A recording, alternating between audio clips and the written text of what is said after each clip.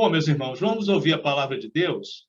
Eu peço que os irmãos abram a palavra em João, o Evangelho de João, capítulo 6. Capítulo 6. Eu vou ler os versículos 47 e 48.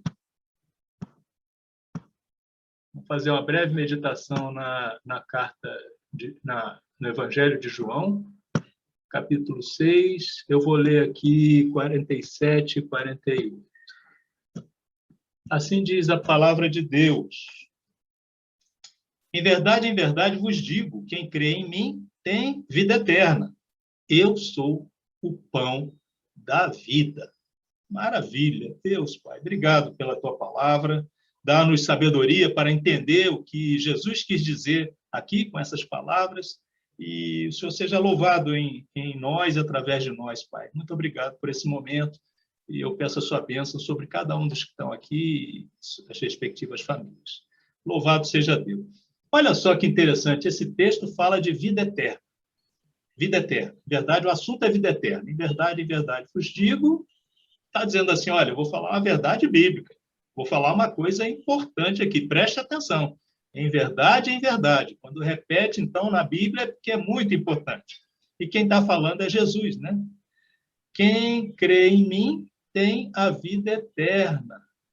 Crer, de ter fé, né? Ou seja, a verdade bíblica de que ter vida eterna é pela fé em Jesus. Quem crê em mim tem a vida eterna, ou seja, através da fé em Cristo, nós temos vida eterna. E o versículo seguinte, eu sou o pão da vida. Essa vida eterna não é só após a nossa passagem, a nossa morte. Nós temos vida eterna a partir de agora, vida nova, vida renovada em Cristo Jesus. É isso que ele está querendo dizer assim. Em verdade vos digo, quem crê em mim tem vida eterna, eu sou o pão da vida. A passagem central, quem crê em mim tem vida eterna. Para quem que Jesus está falando aí? O capítulo 6 de João, ele começa lá com a multiplicação dos peixes. Então, multiplicou peixe, deu bênção material, o povo começou a ir atrás de Jesus, como até hoje, né? Em vez de procurar a salvação, as pessoas vão procurar o carro novo, a bênção da prosperidade, a bênção da casa nova, enfim, das riquezas, e ninguém está preocupado com a maior bênção, que é a salvação em Cristo. É isso que Cristo veio oferecer. Né? Então, ele começa lá com essa multiplicação dos peixes, João 6, de 1 a 15. Depois de 16 a 21, Jesus anda sobre as águas. Rapaz, é o único que andou sobre as águas até hoje. Né? De vez em quando a gente vê alguns vídeos aí no YouTube, mas é tudo fake, né? Tem alguma coisa de brincadeira ali. Mas ele, por que ele faz esses milagres? Já tinha feito diversos outros. Para mostrar que ele era o Messias prometido lá no Antigo Testamento. Ele era o Filho de Deus. Então, os milagres que foram em profusão naquela época, a cura e tudo mais, foi para mostrar que, olha, eu sou o Filho de Deus, eu sou o Deus encarnado, eu sou o Messias. É para isso que ele fez esses milagres todos. E a partir do versículo 22, onde está o nosso contexto aí, é Jesus ensinando. Jesus ensinando qual foi a missão dele, qual é a tarefa dele aqui. Então, a gente está bem no meio disso aí, em 47, 48. Vamos aprender, então, qual é a proposição de Jesus nesses dois versículos. Ele está simplesmente falando assim, olha, eu revelo a vocês que eu, Jesus, homem, eu sou enviado de Deus, eu sou o Filho de Deus, eu sou o próprio Deus encarnado. Deve ter sido muito... Se isso acontecesse hoje, a gente duvidaria, como não foi diferente na época. E começou a crescer a rejeição, principalmente, olha que interessante, dos religiosos. Os judeus falaram assim, não pode ser, você é filho de Deus, você está fazendo um milagre no sábado. No sábado é sábado de descanso, é o sabá. Aí começaram a perseguir. Aliás, Jesus foi condenado por conta disso, né? Por fazer milagres quando não podia fazer, né? Então, só que os milagres que Jesus começou a fazer ali, todos os demais no Novo Testamento, de alguma forma, eles estavam confirmando os atos de salvação no Antigo Testamento. Quando ele fala assim, eu sou o pão da vida, quando Deus tirou o povo do Egito, da escravidão, e sustentou durante 40 anos no deserto, caía pão do céu, o maná de Deus. Está lá no Antigo Testamento. Depois olha com carinho. Então, Jesus chega e fala assim, eu sou o pão da vida. Então, aquele maná lá atrás estava apontando para o pão verdadeiro que viria. Assim como também o cordeiro, né? O cordeiro de Deus, quando Deus tirou o povo lá do Egito, pediu para cada um sacrificar um cordeiro.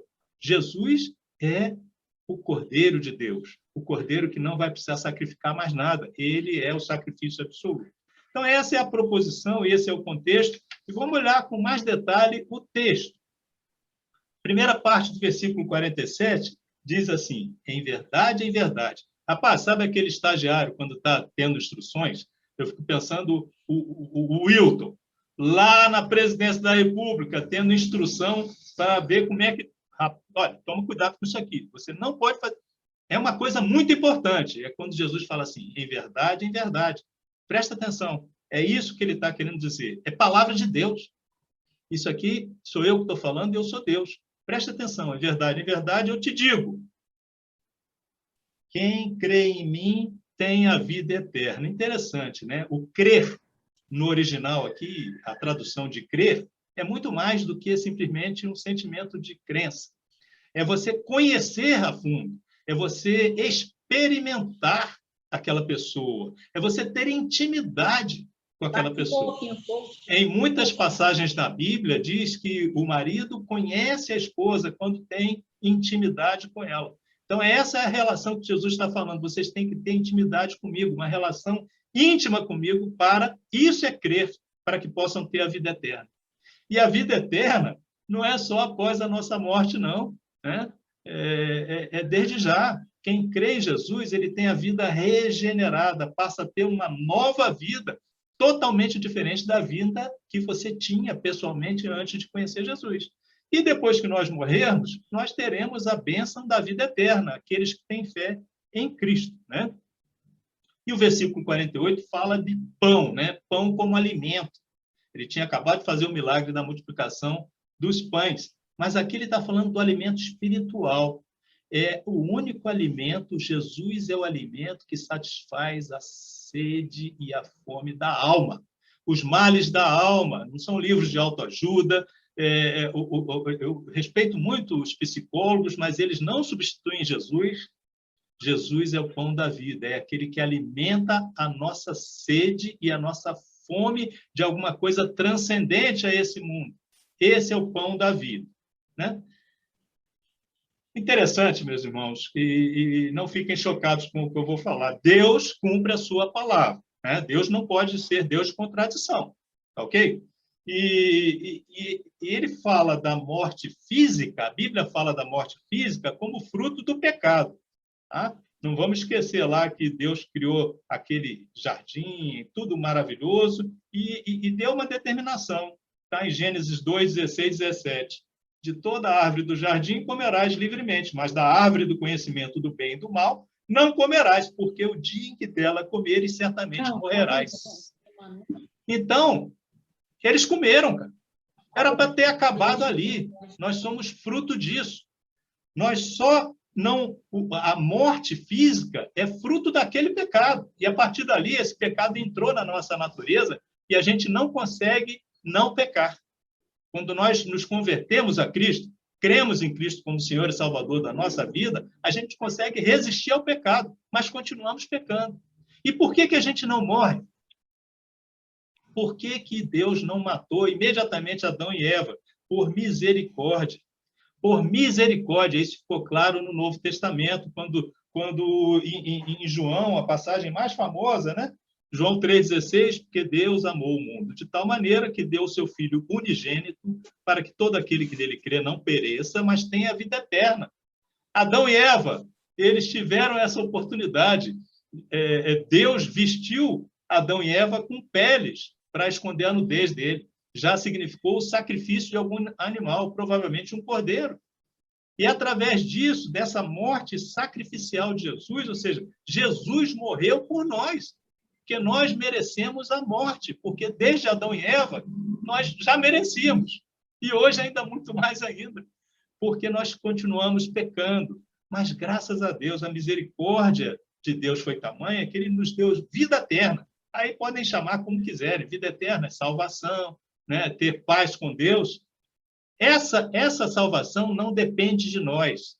É um dos maiores erros hoje de grande parte da cristandade até, né? E de outras denominações, de outras linhas filosóficas, achar que a gente pode fazer alguma coisa para ter paz com Deus. A paz com Deus nos foi dada de graça em Cristo Jesus. O sacrifício dele foi para que a ira de Deus se afastasse de nós. Porque se deixar só nós e Deus, nós estamos fulminados pelo nosso pecado. Deus é puro. Deus não pode se contradizer. O dia que comeres lá, morrerás.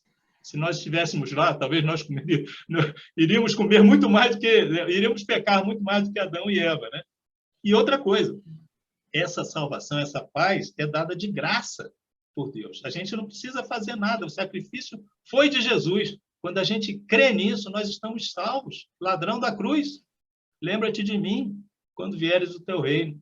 Hoje estarás comigo no paraíso. Não deu tempo dele fazer nada, não, doutor. Era um malfeitor, né? Então, pela fé que nós temos, crer que Jesus pagou pelos nossos pecados, é que nós somos salvos. Glória a Deus por isso. Se dependesse de nós, se dependesse de mim, não vou falar por ninguém não, aqui não, se dependesse de mim, eu jamais conseguiria chegar até Deus, né? E se eu chegasse até Deus, ele iria olhar para mim e falar, olha, você não tem nada de bom, não. É porque quando eu chego, crendo que Jesus já pagou os meus pecados, Deus olha para mim e fala, olha, esse aí eu vejo Cristo no coração dele, e não o Augusto, e não o Wilton, não a Monique, o Daniel, não a Anice, não o mestre de fala. Enfim, aplicação disso no nosso coração. Nenhuma obra que nós possamos fazer, por melhor que seja, por mais bendita que seja, ela nos livra dessa condenação, ou seja, nos livra da ira de Deus. Nós não devemos esperar, vou melhorar mais para depois procurar a Deus. Esquece isso. Deus quer você do jeito que você está, porque Cristo já pagou pelo seu pecado. Não fique preocupado em melhorar um pouco para buscar Jesus. Ele fez isso por você, para que você não precise se esforçar em nada. A salvação é de graça, é por graça e por misericórdia. E tem mais, hein? A passagem de Atos 16, 31, em que Paulo é liberto lá, o carcereiro fica desesperado, porque eles oraram, as paredes da prisão caíram, eles ficaram livres e o carcereiro ia morrer.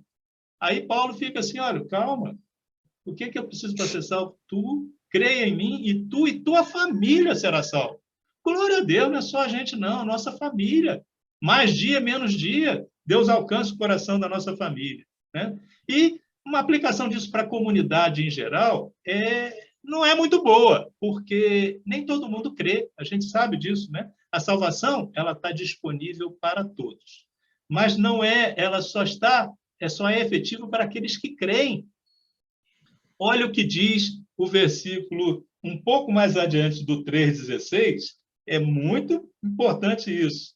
Quem nele crê, não pereça. Mas olha o 36. Por isso, quem crê no Filho tem a vida eterna. O que, todavia, se mantém rebelde contra o Filho, contra Jesus, não verá a vida, mas sobre ele permanece a ira de Deus. Mais claro do que isso, só desenhando.